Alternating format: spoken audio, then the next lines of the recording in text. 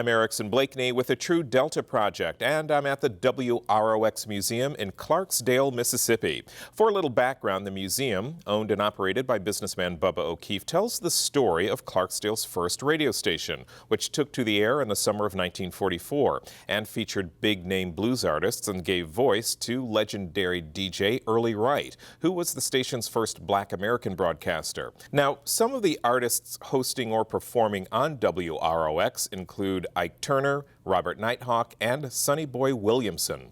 Today at the museum, I'm honored to welcome Grammy Award-winning blues harp player Charlie Musselwhite. Welcome, and thank you for sharing your time with us today. Us being Clarksdale area student journalists and photographers who are interested in speaking to you about your music, career, and journey. Now, these students come to us from two pretty amazing organizations, one being the Griot Youth Program, an after-school arts program that provides tutoring and engages high school students in helping to make Clarksdale a better place through the arts and community service. Spring Initiative is another after-school program providing character building and educational support for young people in Clarksdale.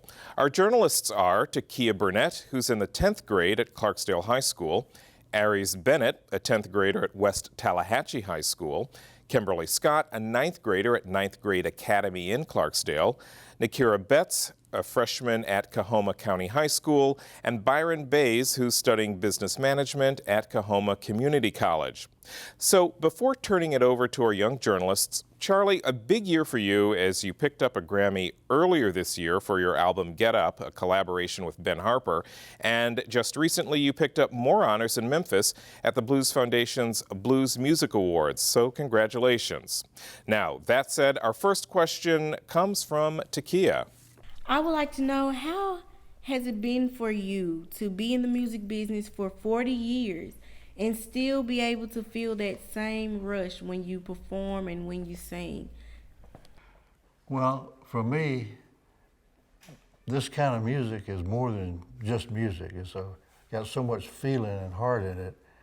It's not like top 40 music or something. It has so much substance to it. It's like really like an attitude, you know, and it means a lot to me, and all the feeling in it just keeps me going, and it feeds me. And the blues is like, it's got so much feeling to it, it feeds your heart. So that keeps me going through everything. Whatever life wants to throw at me, blues gets me through it. Good time, it's your comforter in hard times, and your good buddy in good times. And our next question comes from Aries. Mr. Musselwhite, has this been an easy journey for you? No. The music business, gosh, it's rough. It's not like, no, it doesn't matter. You can be, like, I know a lot of great musicians that nobody's ever heard of, and they may not ever be heard of. Just being good, it ain't enough. It's like being lucky. It's being in the right place at the right time, or who you know. I mean, a lot of things have to fall in place to make it pay off. So just thinking to yourself, well, I'm gonna go play music and make a living at it. Well, maybe you will, maybe you won't. So I had a lot of ups and downs. I like the music and I like what I'm doing, and I keep on keeping on. It's paid off in the long run. There's a lot of times I didn't think it would pay off, but I just kept on going. What advice would you offer to other up-and-coming musicians? I say follow your heart. If you love what you're doing,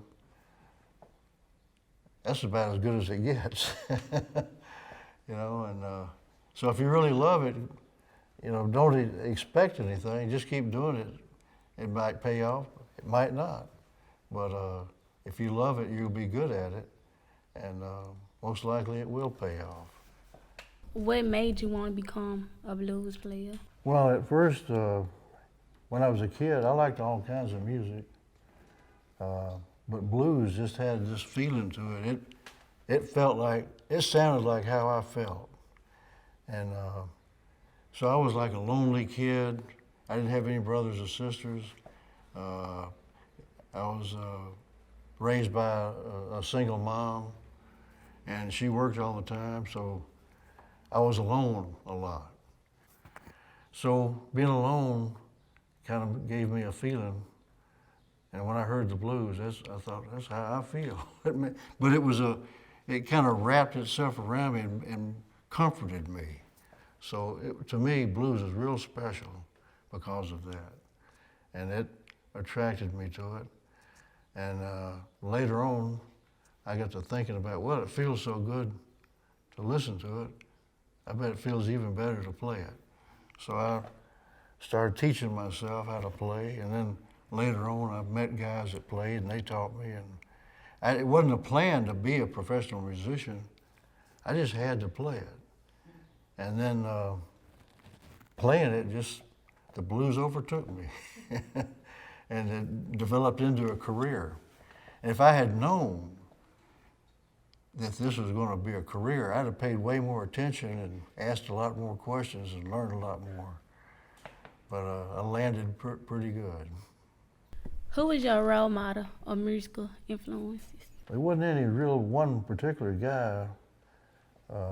All the guys I knew along the way, first in Memphis, there was Will Shade was a man that used to have a band called the Memphis Jug Band. They recorded way back in the 20s and 30s. And I learned guitar and harmonica from him. And another man named Furry Lewis that played guitar, I learned from him. Then later on in Chicago, there was a guy named Big Joe Williams. He played a 9-string guitar. And he wrote a tune called Baby Please Don't Go. That was his hit. And I played a lot with him, and he would take me all around Chicago. And then later on, I got to know Little Walter and Big Walter and Muddy Waters and Howlin' Wolf and Sonny Boy Williamson and just about everybody. And they were all real encouraging to me and supportive and gave me confidence. Because I figured if they liked the way I played, I guess I'm doing okay. So why the blues harp, Charlie, and what do you just love about the instrument? Well, it's real voice-like. And so when I'm playing, like taking a solo, it's kind of like singing without words. It's like a melody, but you're playing this instrument that sounds like it has a voice quality. When I got to Chicago, I was playing harmonica and guitar, but there was tons of guitar players and not that many harmonica players. So I ended up getting work as a harmonica player. I'd be sitting in with Muddy Waters, and these other guys would hear me playing and say, hey man, next Wednesday we're playing over here. Why don't you come play with us and we'll pay you. Pay me? So that got my attention, and that was my ticket out of the factory. What is the key to mastering the harmonica? Well, first of all, it's just a toy. Not really, but it's tuned to an open chord, so anybody can just blow and draw on it, and you got a nice sound. But then, learning how to play melodies on it, that's where it gets tricky.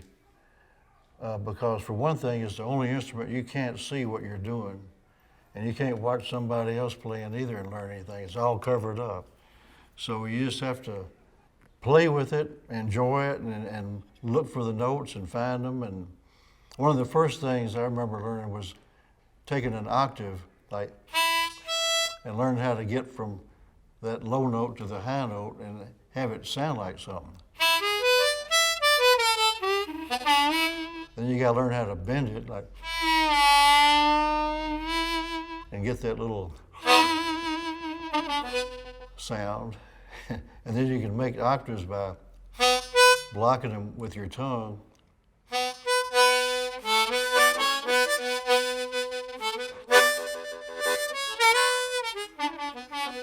Stuff like that.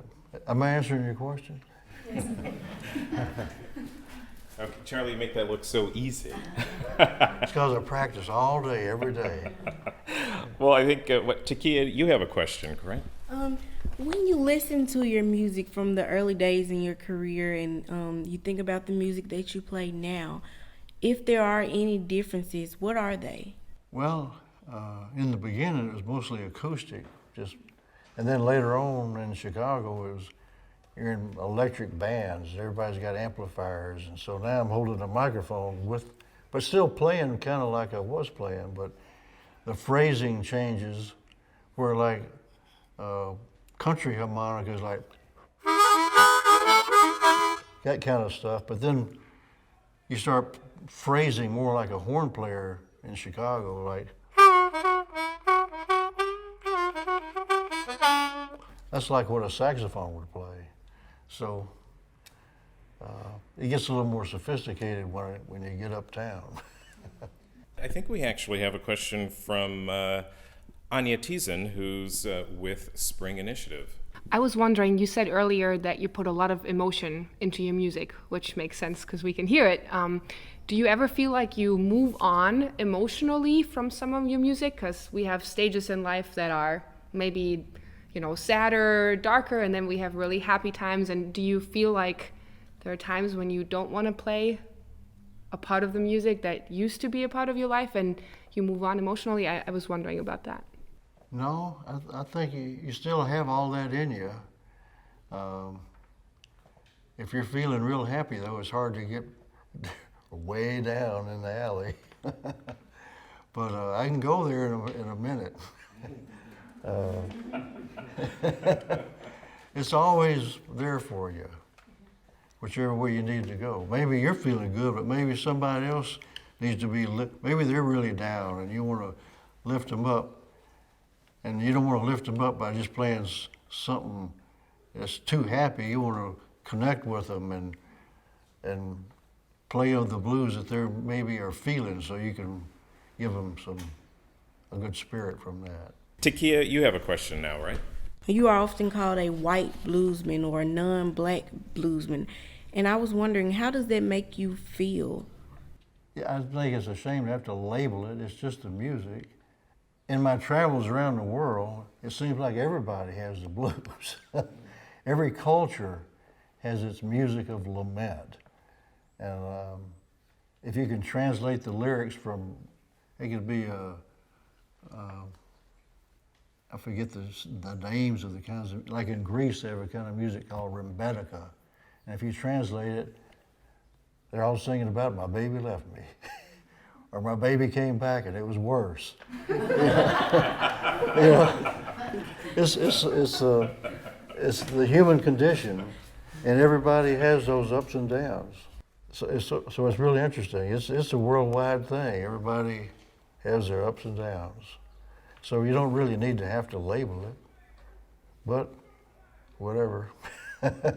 I'm just me playing the blues I know. And our next question comes from Aries. You were born in Kosciuszko, Mississippi, and raised in Memphis. And when you won your Grammy earlier this year, you mentioned Clarksdale. What is the connection to this place? Well, my mom grew up over near Friars Point, and even though I grew up in Memphis, we would come visit all around here. I had uncles and cousins, and I have cousins here now that I don't even met. But some of my earliest memories are coming here to visit kinfolks. And I remember on a Saturday, right on this street, you couldn't hardly get down the street. It'd be so packed with people, everybody coming in from the country. People on horses, people on pickup trucks, and mules pulling wagons. I mean, everybody came to town to shop. And then I saw it slowly become like a ghost town, and now I'm seeing it coming back again. So it's good to see it coming back again. And we have our next question from Kim. What can we expect to hear from you next? Ben Harper and I are probably going to make another CD, and I'll be making CDs with my own band and just playing the blues the best of my ability, and hoping you'll like it. Takia, you have a question now, right? When you're performing for your fans, is there just this one song that you never get tired of playing? There is a tune called Cristo Redentor, which is Portuguese for Christ the Redeemer. And I recorded that on my first album in '67. And people liked it so much, I hadn't been able to quit playing it. If I don't play it one night, people will come up to me and say, "Man, I waited all night to hear that. You didn't play it." So now I just always play it. And it always seems different every time I play it. It never gets stale or worn out. It has some kind of a spark to it. I just start playing it, and it seems like it just takes me where it wants to go. So it's a special song, and I never get tired of playing it. And this is how it starts off.